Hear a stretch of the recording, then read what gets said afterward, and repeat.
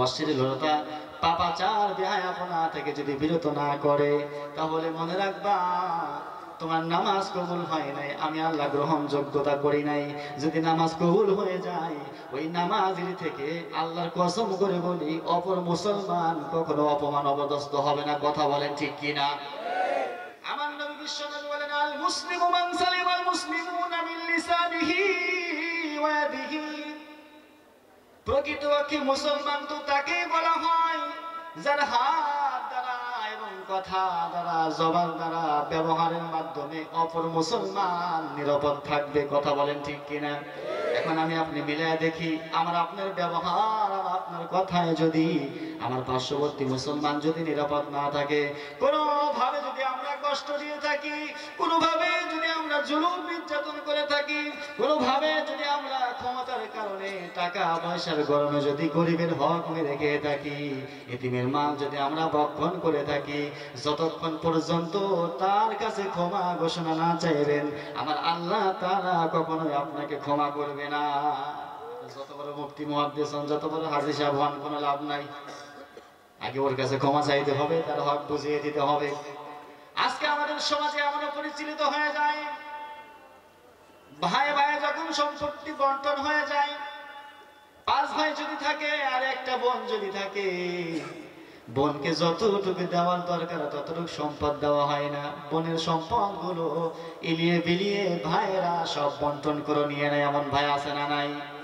যতক্ষণ পর্যন্ত বইয়ের সম্পদ সঠিকভাবে না দিবেন, বোনের সম্পদ যতক্ষণ পর্যন্ত ক্লিয়ার ভাবে হিসাব নিকাশ করে না দিবেন, আপনি যতবার হজ করে আসেন আপনার হজ আল্লাহ কবুল করবে না। আসেন, অনেকবার অনেক কথা বললাম, এদিকে আর যাবো না, আলোচনার দিকে চলে যাই। তাহলে আল্লাহ রাব্বুল আলামিন বলেছেন, ইয়া আইয়ুহাল্লাযীনা আমানুত্তাকুল্লাহ, ও আমার বান্দারে তোমরা আমি আল্লাহ রাব্বুল আলামিনকে ভয় করো।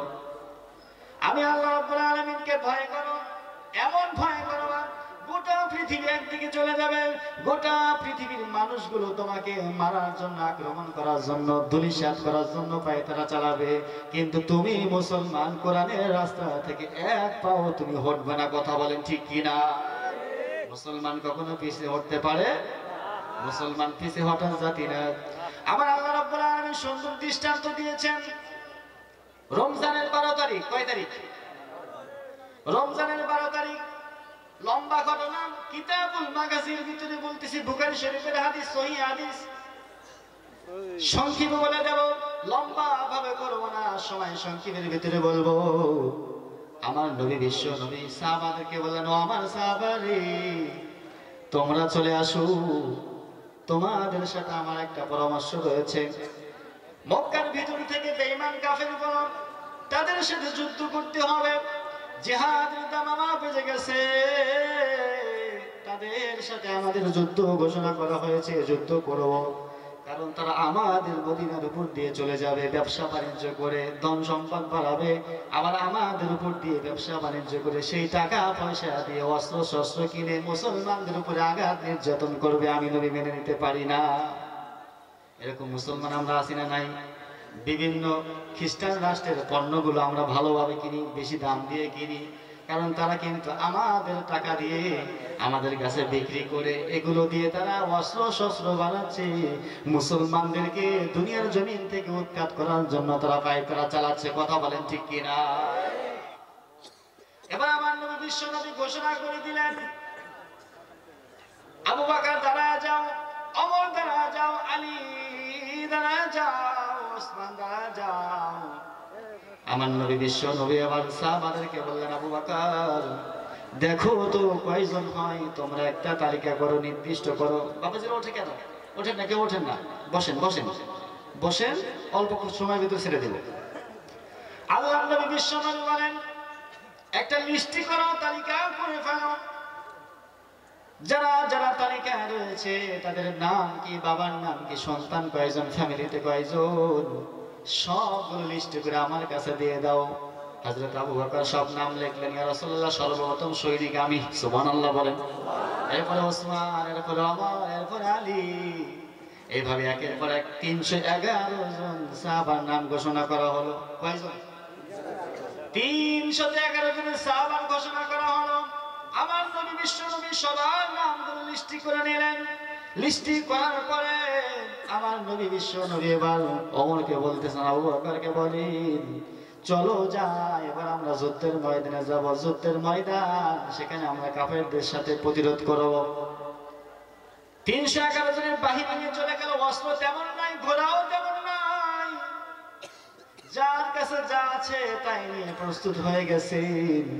একটু খেয়াল করে গভীর মনোযোগ দিয়ে শুনবেন। মুসলমান কারে বলে, ঈমান কারে বলে, নবীর ভালোবাসা কারে বলে। আজকে আমরা মিষ্টি খেয়ে আশেকে রাসূল দাবি করি, বলেন তো দেখি এটা আশেকে রাসূল বলেনি? কথা বলেন, আশেকে রাসূল কারে বলে? একটু খেয়াল করে শোনেন। 311 জনের কাফেলা নিয়ে চলে গেলেন।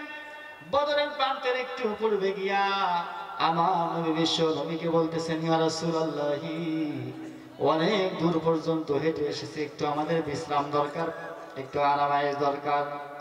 আমার নবী বিশ্ব নবী এবার দাঁড়িয়ে গেলেন। সেখানে সাহাবাদেরকে দর্জন করে একটা গ্রুপিং করে দেওয়া হলো। আবু বকর তোমার গ্রুপে 10 জন, তোমার গ্রুপে 10 জন, এইভাবে দর্জন করে বিভিন্ন জায়গায় গ্রুপিং করে দেওয়া হলো।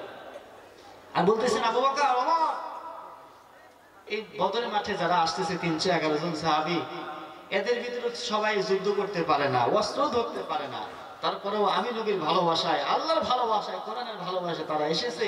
যতটুকু পারা যায় এই অল্প সময়ের ভিতরে এদেরকে একটু ফাইটিং গুলো এবং কিভাবে তলোয়ার ধরবে একটু শিখিয়ে দাও। সুবহানাল্লাহ বলে।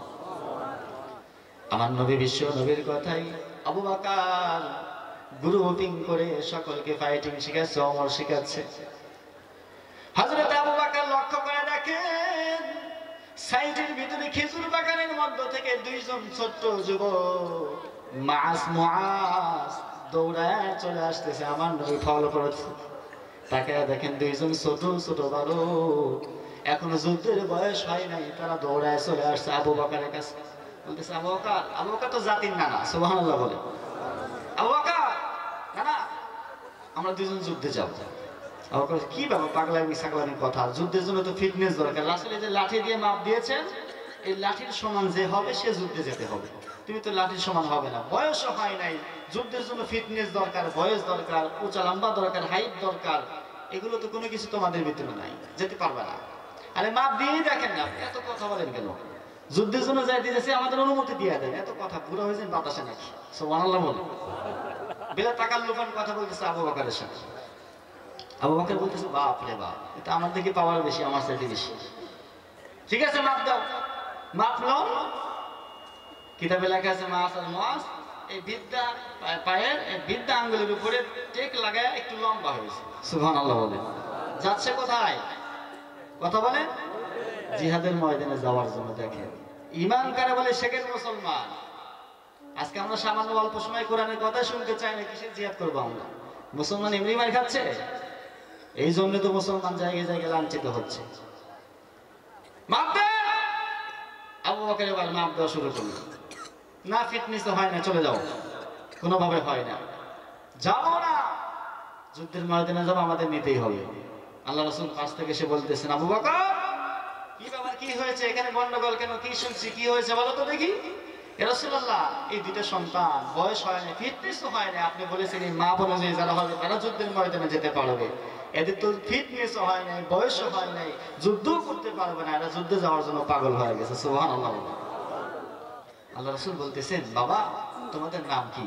ইয়া রাসূলুল্লাহ, আমার নাম মাস, ও আমার ছোট ভাই, ওর নাম মুআজ, আমরা যুদ্ধের ময়দানে যাব।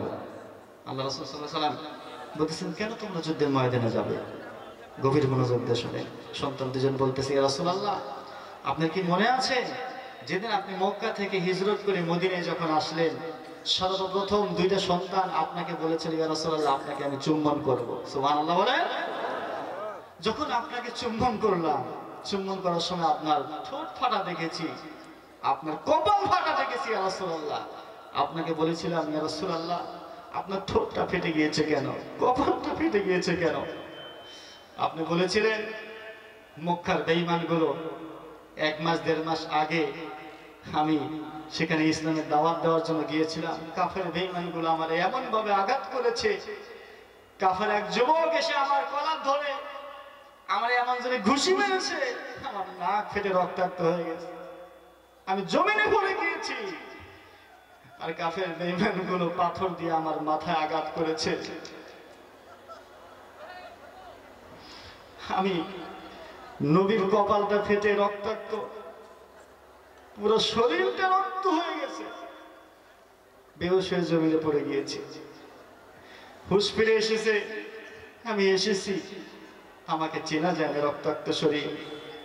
ওই যুবক দুটো বলতেছি, ইয়া রাসূলুল্লাহ, আল্লাহর কসম করে বলি, ওই কুলাঙ্গারের বাচ্চাগুলো যদি কোনোদিন মদিনার জমিনে আছে, ওদের জীবন বলি থেকে আলাদা করে দেবো। জোরে বলেন সুবহানাল্লাহ। যদি কোনোদিন মদিনার জমিনে পাই, বেঈমানগুলোর সাইজ করে দেবো। যতক্ষণ পর্যন্ত সাইজ না করব, আমরা কখনো ঘরে ফেরার জাতি নয়। কথা বলে ঠিক কিনা? এটার নাম মুসলমান। ঈমান কাকে বলে দেখেন, আজকে আমরা স্লোগান দিয়ে জিহাদ জিহাদ জিহাদ চাই, বন্দুকের ফট্টস করলে পেছন থেকে আর নাই। কথা বলেন ঠিক কিনা? এই ঈমান দিয়ে চলবে না, ঈমান মজবুত করতে হবে। এবার দেখেন কি বলেন, ইয়া রাসূলুল্লাহ, আমরা যাব যুদ্ধের ময়দানে। যখন এই কথা বললো, আল্লাহ রাসূল সাল্লাল্লাহু আলাইহি ওয়াসাল্লাম চাদর মোবারক দিয়ে রাসূলের চোখের পানি মোছা শুরু করলো। হাই, ইসলামের জন্য এত পাগল, আমি নবীর জন্য এত পাগল তোরা? ঠিক আছে, আমি তো না নিয়ে পারি না। এবার বড় ভাই বলতেছে, বড় ভাইকে বলে, মাস রে, তোর তো সেই শক্তি নাই, যুদ্ধে গিয়ে কি করবি? কারণ এই যুদ্ধের ভিতরে সব শক্তিশালী কাফেররা আসতেছে, আমাদের বাপ দাদারা আসতেছে এখানে, এদের সাথে আমাদের যুদ্ধ করতে হবে, রক্তক্ষয়ী যুদ্ধ হবে, তোমরা যে সেখানে পারবা না। পারি না পারি, হয় আপনার শত্রুকে মারবো, আর না হয় মরবো। জোরে বলেন সুবহানাল্লাহ। তারপর অনুমতি দেন। পারবি না রে মাস, পারবি না, তোর শক্তি নেই। ইয়া রাসূলুল্লাহ, আপনার 311 জন সাহাবীর মধ্যে সবচেয়ে শক্তিশালী কে বলেন তো দেখি? বলতেছে, আমার শক্তি ছিল সাহাবী হযরত ওমর। সুবহানাল্লাহ। কারণ যে ওমরকে দেখলে শয়তান আগে থেকে রাস্তা থেকে ভেগে পলায়ন করে। ওমর, যে ওমরকে দেখে কাফের বেঈমানগুলো পালাতে বাধ্য হয়। যদি শুনে যে ওমর আজকে যুদ্ধের ময়দানে আসছে, কাফেররা সামনে যেতে চায় না। সুবহানাল্লাহ বলেন। তাহলে ওমরের সাথে লাগায় দেন। ওমরের যত শক্তি আছে দেখবো, ওমরের সাথে আমরা লাগায় দেন, দেখি পারি কিনা। ওমরকে মুহূর্তের ভিতরে পোল্ট্রি মেরে জমিনে ফেলা দেন। আল্লাহর সাথে বাপ রে বাপ, ভাবই তো আলাদা দেখছো। ঠিক আছে, যা, অনুমতি দিয়ে দিলাম তোরে। সুবহানাল্লাহ বলেন। এবার ছোট ভাই বলতেছি, ইয়া রাসূলুল্লাহ, আমি কি দেশ করলাম? আমার বড় ভাই শক্তিশালী সাহাবী ওমরের সাথে লড়ার কথা শুনে তার হিম্মত দেখে আপনি অনুমতি দিলেন, আর আপনি আমাকে অনুমতি দিবেন না? তাহলে যদি অনুমতি না দেন, শক্তি যদি পরীক্ষা করতে চান, আমার বড় ভাই মাঝের সাথে আমার লাগাইয়া দেন। ও তো ওমরের সাথে লড়ার কারণে অনুমতি পাইছে, ওমরের সাথে আমার লাগাইয়া দেন, এটা মুহূর্তের মধ্যে ফালাইয়া দেন। তাই ঠিক আছে, লাগো, তাহলে দুজন লাগো। সুবহানাল্লাহ বলে।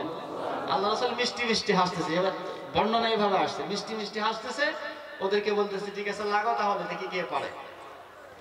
এবারে এক ভাই আর এক ভাইয়ের সাথে ফাইটিং শুরু করবে। এখন ছোট ভাই বড় ভাইয়ের পায়ের কেপটি দিয়ে পা দিয়ে বলতেছে, ভাই আমার তো আসলে শক্তি নেই, তোমার চাইতে শক্তি কম, কিন্তু আমরা দুইজন কিন্তু সেই দিন প্রতিজ্ঞাবদ্ধ হয়েছিলাম, রাসূলের দুশমন বেঈমানকে যতক্ষণ পর্যন্ত ধূলিসাৎ করতে না পারবো, আমাদের দুই ভাই আমরা কখনো ঘরে ফিরে যাব না। সুবহানাল্লাহ বলে। ভাইরে, যেভাবে হোক আমাকে কিন্তু নিতেই হবে। ঠিক আছে ভাই, টেনশন করো না, তুই আমার এইভাবে আলগি মেরে ফালা দে। ছোট ভাই তার কথা মতো আলগি দিয়ে ফালা দিয়েছে জমিনে। ফালা দেওয়ার পরে বড় ভাইয়ের বুকের উপরে ছোট ভাই লাফ দিয়ে উঠে গিয়েছে। সুবহানাল্লাহ। আল্লাহ রাসূল সাইড থেকে দেখেন, মৃদু মৃদু হাসে, বলতেছে, ওর কি করবি তাহলে, দিয়ে দে, পাগল হয়ে গেছে, দিয়ে দে, যা, যুদ্ধের ময়দানে যাক। সুবহানাল্লাহ। আল্লাহর নবী বিশ্ব নবীর সাহাবারা যুদ্ধের ময়দানে চলে গেল। সংখ্যা মাত্র 313 জন, আর কাফের বেঈমানদের সংখ্যা হলো 1000। তার চাইতে বেশি রওয়ায়েতে আছে 1000 কাফেরদের সাথে 313 জন যুদ্ধ করবে, মোকাবেলা করবে। এটা কি সম্ভব নেই? ওই 1000 আবার কই 313 জন। আমার আল্লাহ রাব্বুল আলামিন বলেন, আমার পয়গম্বর টেনশনের কোনো কারণ নাই। ওয়ালাউ ক্বাদ নাসরাকুমুল্লাহু বিবদরিন ওয়া আনতুম আযিল্লাহ। আমি আল্লাহ রাব্বুল আলামিন বদরের মাঠে মুসলমানদের জন্য সাহায্য করব, নসরত করব। যারা বলেন সুবহানাল্লাহ। টেনশনের কোনো কারণ নাই। আমি আল্লাহ রাব্বুল আলামিন বান্দাদের ঈমান দেখতে চাই, যার ঈমান যত বড়, আমি আল্লাহ রাব্বুল আলামিন তার বিজয়টা তত বড় করে দেই। যারা বলেন সুবহানাল্লাহ। আল্লাহর নবী বিশ্বনবী এবার টেনশন মুক্ত হয়ে গেলেন। লম্বা ঘটনা সংক্ষিপ্ত করে দিচ্ছি। এবার যুদ্ধের ময়দান শুরু হয়ে যাবে। আল্লাহর নবী বিশ্বনবী আনসারীদের মধ্য থেকে তিনজনকে পাঠিয়ে দিলেন। উতবা, সাইবা, ওয়ালিদের বিরুদ্ধে তিনজন আনসারীকে পাঠিয়ে দিয়েছেন। এবার উতবা বলতেছে, তোমাদের সাথে আমরা কি যুদ্ধ করব? তোমরা তো আনসার, তোমাদের সাথে আমাদের যুদ্ধ করার কোনো প্রশ্ন আসে না। আমরা তো শক্তিশালী মানুষ, গাদামালা মানুষ, আমাদের সাথে যুদ্ধ করবে আমাদের বংশের লোকেরা, তোমরা চলে যাও। আল্লাহর নবী বিশ্বনবী এবার বললেন, তাহলে আলী দাঁড়া যাও। সুবহানাল্লাহ বলেন। আলী দাঁড়া গেলেন, নবীর চাচা হামজা দাঁড়া গেলেন, আবু ওবাদা দাঁড়া গেলেন। এই তিনজন হলো তাদের বংশীয় লোক। এবার বংশে বংশে রাখবে যুদ্ধ, রক্তক্ষয়ী যুদ্ধ এবার শুরু হয়ে যাবে।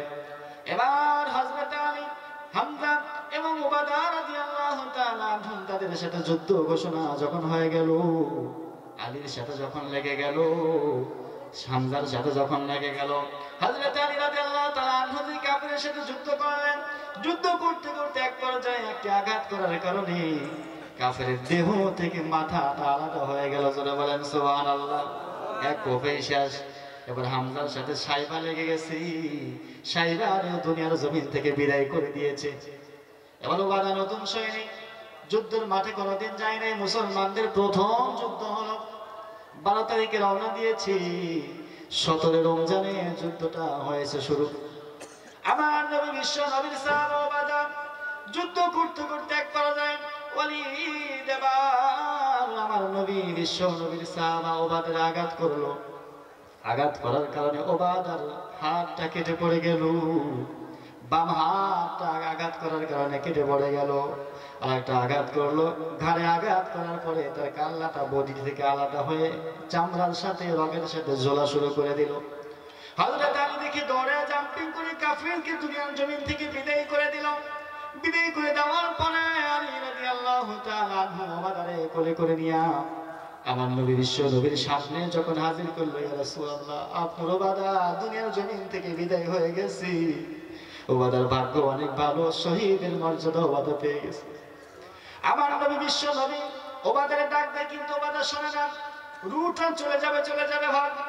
আল্লাহ রাব্বুল আলামিন ওবাদার মুখ থেকে জবান বের করে দিয়েছে, ইয়া রাসূলুল্লাহ, ইয়া হাবিবাল্লাহ, আপনার কাছে একটা জিনিস চাইবো, দিবেন নি? আমার নবী বিশ্ব নবী বলেন, অবশ্যই, বলো কি জিনিস? বলে, আমার আপনি মাফ করে দিয়েন, আমার জন্য দোয়া করবেন, আমার আল্লাহ জান্নাত দিবনি। আমার নবী বিশ্ব নবী বলেন, ওবাদারি, শুধু তোমার কেন, বদরের মাঠে যারা আসছে আমার আল্লাহ তাআলা সকলকে কবুল করে নিয়েছে। জোরে বলেন সুবহানাল্লাহ। ইয়া রাসূলুল্লাহ, মনে মনে আশা, জীবনের শেষ মুহূর্তটা আপনারা দেখার জন্য আপনার ঠোঁট মোবারক দিয়ে আমার ঠোঁটে একটা চুম্বন করার ইচ্ছা জেগেছিল। ইয়া রাসূলুল্লাহ, কারণ আপনার ঠোঁট যেই ঠোঁটে লেগেছে সেই ঠোঁটে কোনোদিন জাহান্নামের আগুন স্পর্শ করবে না। আমার নবী বিশ্ব নবী আবার ওবাদার ঠোঁটে এবার চুম্বন করলো।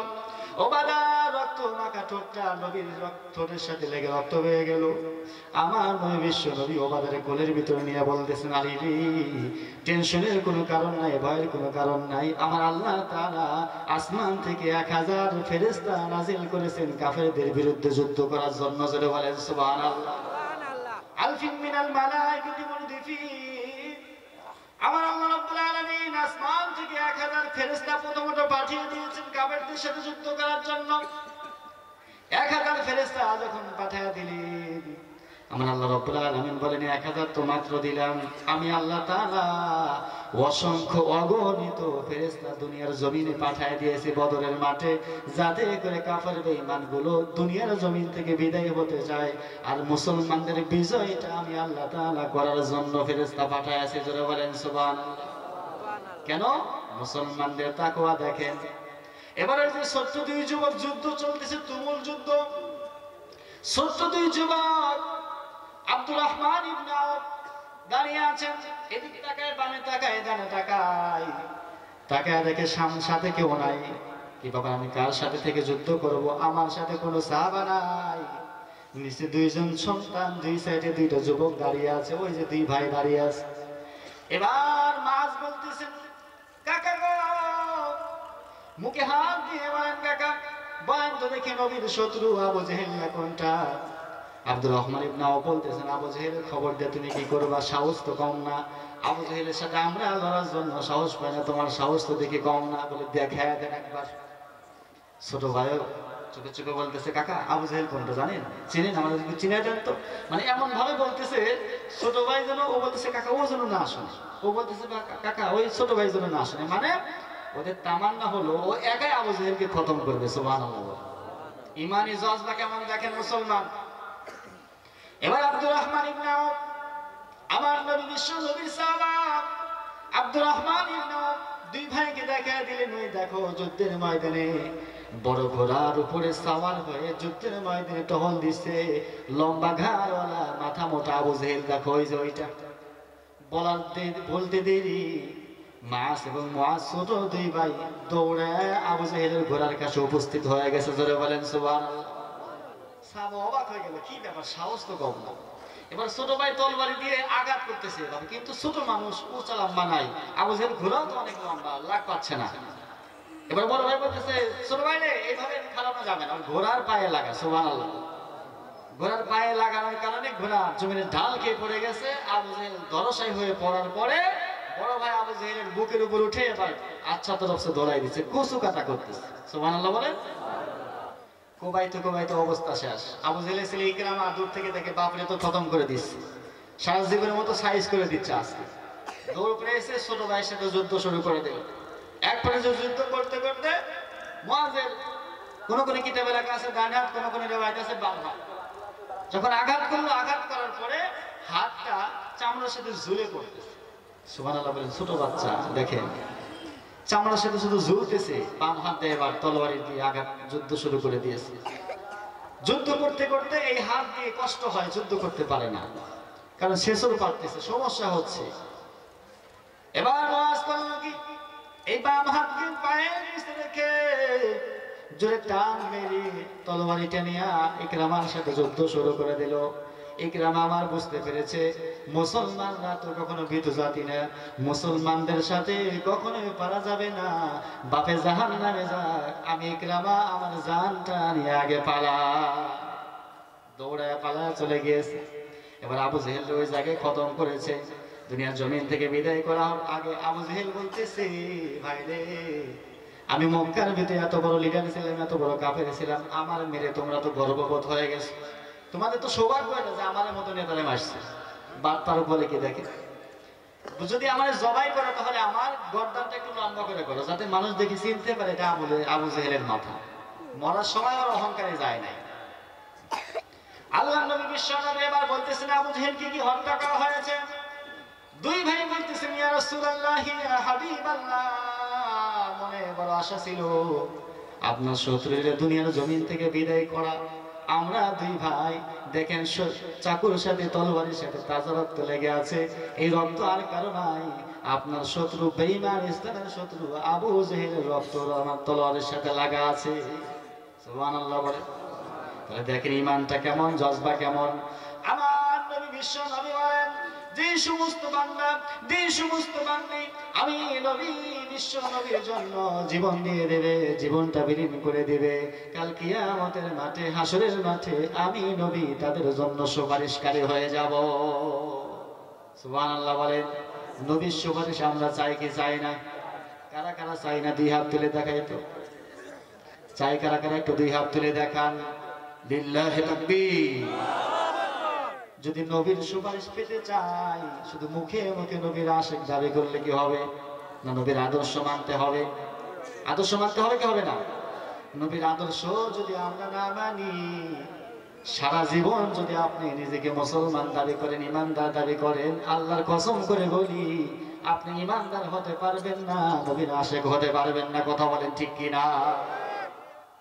নবীর আদর্শ মানতে হলে প্রথমত আল্লাহর নাফরমানি ছেড়ে দিতে হবে, গুনাহ ছেড়ে দিতে হবে। কারণ আল্লাহ তাআলা বলেছেন যে আয়াতে কারিমা তেলাওয়াত করেছি, আমার আল্লাহ রাব্বুল আলামিন বলেন, ওয়ালা তামুতুন্না ইল্লা ওয়া আনতুম মুসলিমুন।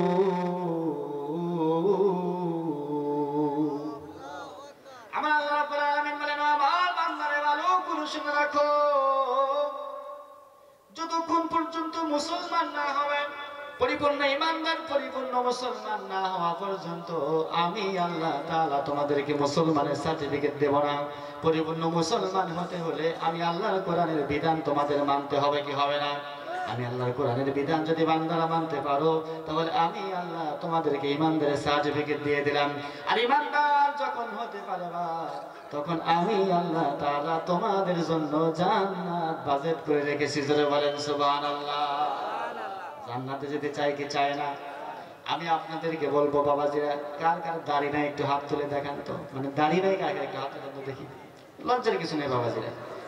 কার কার মুখে দাড়ি নাই একটু হাত উঠান, হাত উঠান, শরমের কিছু নেই বাবাজি, হাত উঠান। আল্লাহকে দেখা, ভয় করেন কেন? টাকা লাগবে নাকি? হাত উঠান, হাত উঠায় রাখেন। যার দাড়ি নাই যদি নবীকে ভালো না বাসেন সে হাত উঠায় না, আর যদি নবীকে ভালোবাসেন তাহলে হাত উঠান। আল্লাহ তাআলা কিন্তু ভিডিও করতেছে, বুঝেন? যে যে হাত উঠান নাই আল্লাহ ভিডিও করতেছে। হাসরের মাঠে কিন্তু ধরা খেয়ে যাবে। আজকে আমার সাথে কি ওয়াদা করতে পারবে? এবার হাত নামান। আল্লাহ নবীকে যারা যারা ভালোবাসেন, শুধু যারা নবীকে ভালোবাসেন আর না, যারা আল্লাহ রাসূলকে মন থেকে ভালোবাসেন, যে কিয়ামতের মাঠে নবীর সুপারিশ দরকার, নবীর সুপারিশ ছাড়া জান্নাতে যেতে পারবো না, আল্লাহর রাস্তায় তারা আজকে কথা দিবেন আর দাড়িতে ফুল লাগাবো না। কে আছেন? হাত উঠান তো দেখি। মর্দে মুজাহিদকে হাত উঠান।